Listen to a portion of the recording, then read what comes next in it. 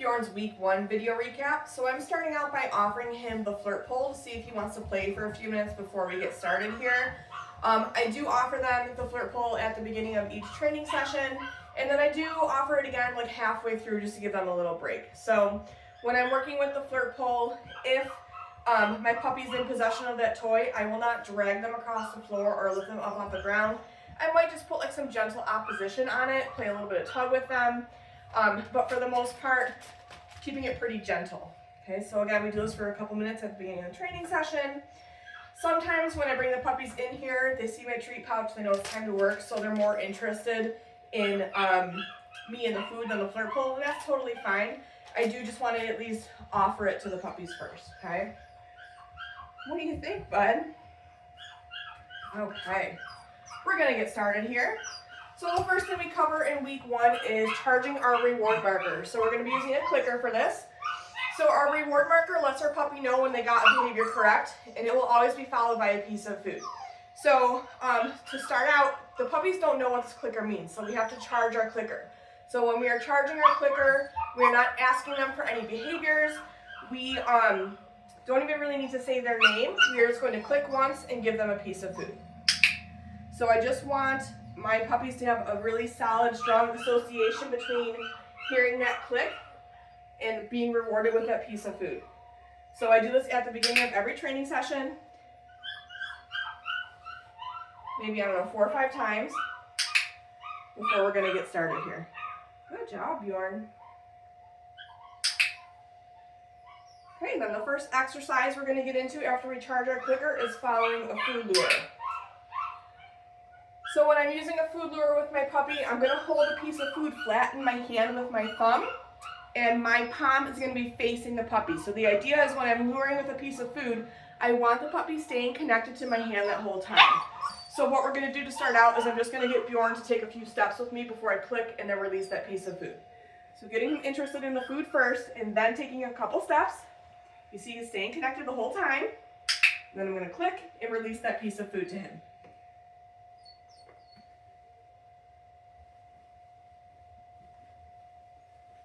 Good job, buddy. I'm gonna do this with my other hand as well.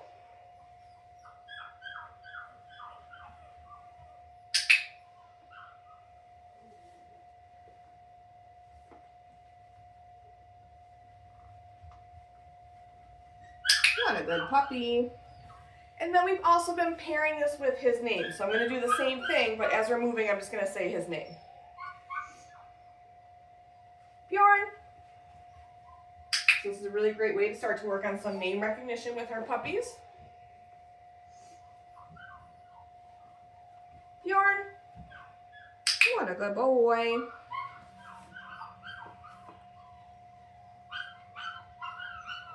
Bjorn.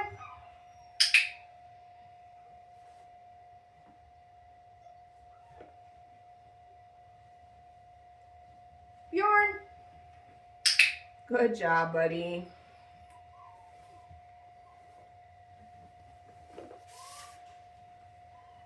Bjorn. Good job, bud. Okay. Right from here, we're going to move into hand targets. So hand targets are when we put our hand out nice and flat, cue our dog to touch, and they come over and hit our hand with their snout.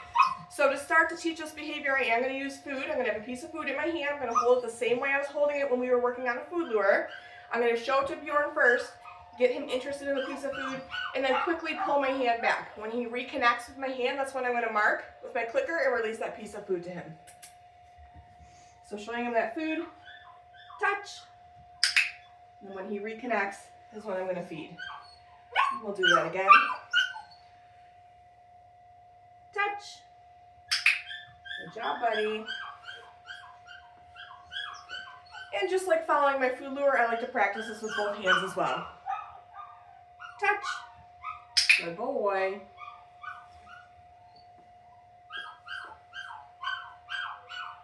Touch. Good job, bud. And then once we've practiced that a couple times, I will move on to, I'm still going to have the food in my hand, but I'm just going to present it to him maybe a foot or 2 away. Bjorn, touch. Good boy. We'll do that one again. Bjorn, touch. Good boy. And I'm going to practice this one with my other hand as well. Bjorn, touch. Good boy. We're going to do one more. Bjorn, touch. What a good boy. Good job, buddy. Okay. From here, we're going to move into our first stationary position, which is going to be a sit. So for this, I am going to use a food lure. So when I'm food luring the sit, once Bjorn is connected to that piece of food and licking it, I'm going to bring it up and back to encourage him to sink into a sit position. When he does, I'll mark and reward him. I'll reward him a few times for maintaining that position before I release him. Bjorn, sit.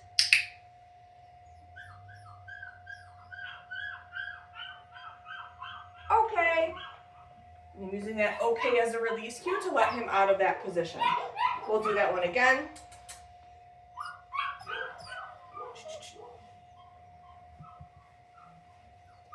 Bjorn, sit. What a good boy.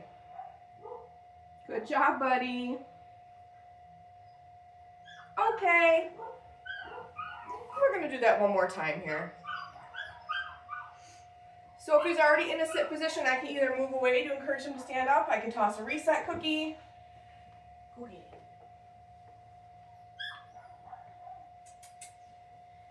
Bjorn, sit. What a smart puppy.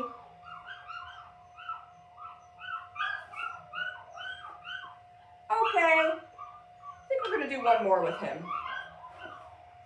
Oh my goodness.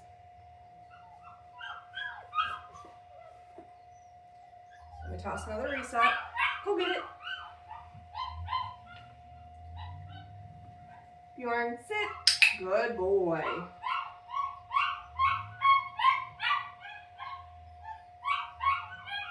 Okay.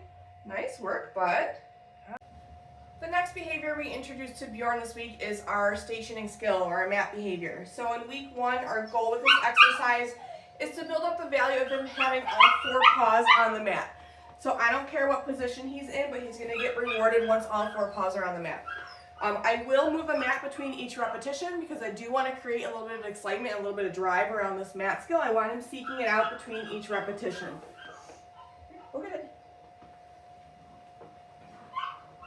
So I'm going to put my mat down. I'm going to lure him over to it with a piece of food. Bjorn. And then as soon as all 4 paws are on, is when I'll click. And I'll drop a few pieces on the mat, maybe 3-4 pieces. And then when I'm done dropping food, I'll say, okay, and toss a piece of food away. I'm going to move the mat. And we're going to repeat that process again.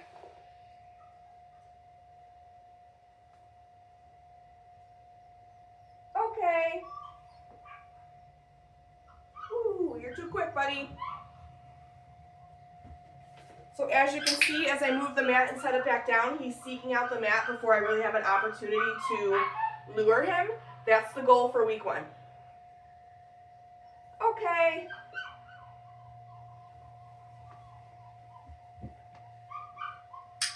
And I'm putting it right down on the mat because eventually we will shape this behavior into a down on the mat. And he'll be more likely to offer and stay in a down if we're dropping that food right down on the mat. Okay. Let's do one more here.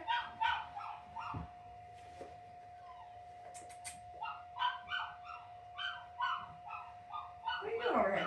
Come here.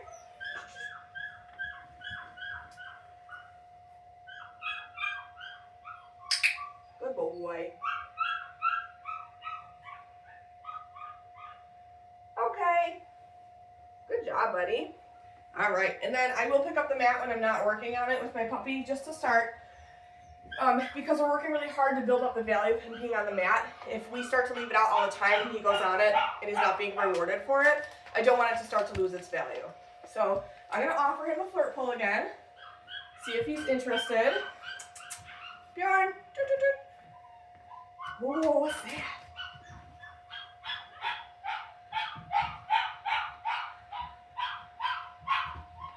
So the last thing we're going to work on today after we do a little bit of play with the flirt pull is body handling. So he's going to need a lifetime of vet care, potentially some grooming. So we want to make sure he's comfortable being handled starting at a young age. So today I will handle paws, tail, ears, eyes, and mouth. We might do a couple of restraint holds as well. Oh, are you getting it? Are you getting it, buddy? Oh my goodness. Give him another minute here.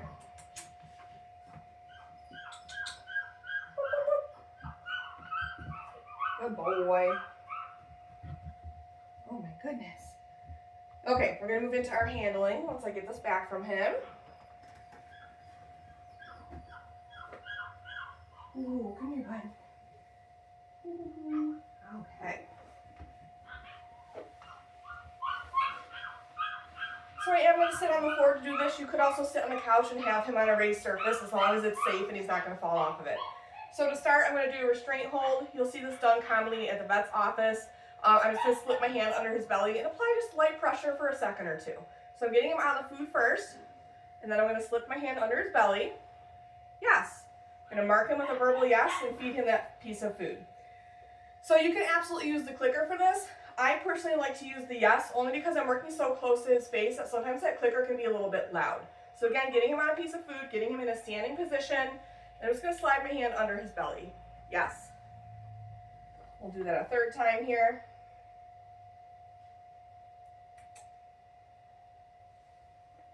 Yes. Good job, buddy. Okay, from here we're going to move on to handling his tail. So when I'm handling the puppy's tail, I will slide my hand down their spine and then just gently lift their tail. So preparing them to have their temperature taken at the vet. Yes, good boy. We'll do that one again.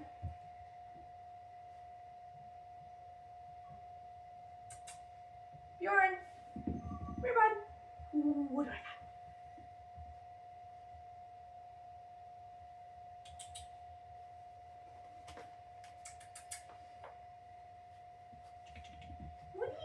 Silly. Come here, silly goose. Yes, good boy. Good job, buddy.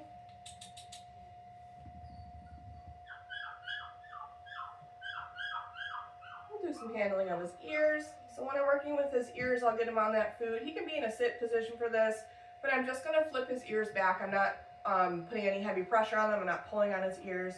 Yes. Just getting used to me flipping them back so I can take a peek underneath. Yes, good boy. Good job, buddy. What a good man. Bjorn. Oh, yes, good boy. Good boy. Okay, when I'm handling paws, I'll start up at the shoulder or at their hindquarters and slide my hand down and then pick up a paw. Yes, versus just going right in and reaching for a paw right away. What a good boy.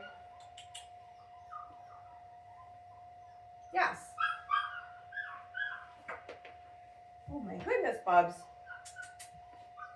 Bjorn. Ooh, what do I got? What do I got, buddy? Come here. Good boy. Yes. Get that last paw, but I just need to move a little closer to me here. Yes, good boy. Then when I'm handling his eyes, I'm really just like gently lifting up his eyelids so I can take a peek there. Yes, good boy. And then when I'm working with his mouth, I am just lifting up his lips so I can take a look at his gums. Yes, good boy. Good job, buddy. That is it for Bjorn's week 1 video recap. Make sure that you're looking at your video library as well as your handouts. Those will give you much more detailed information on everything that we worked on in week 1. Good job, bud.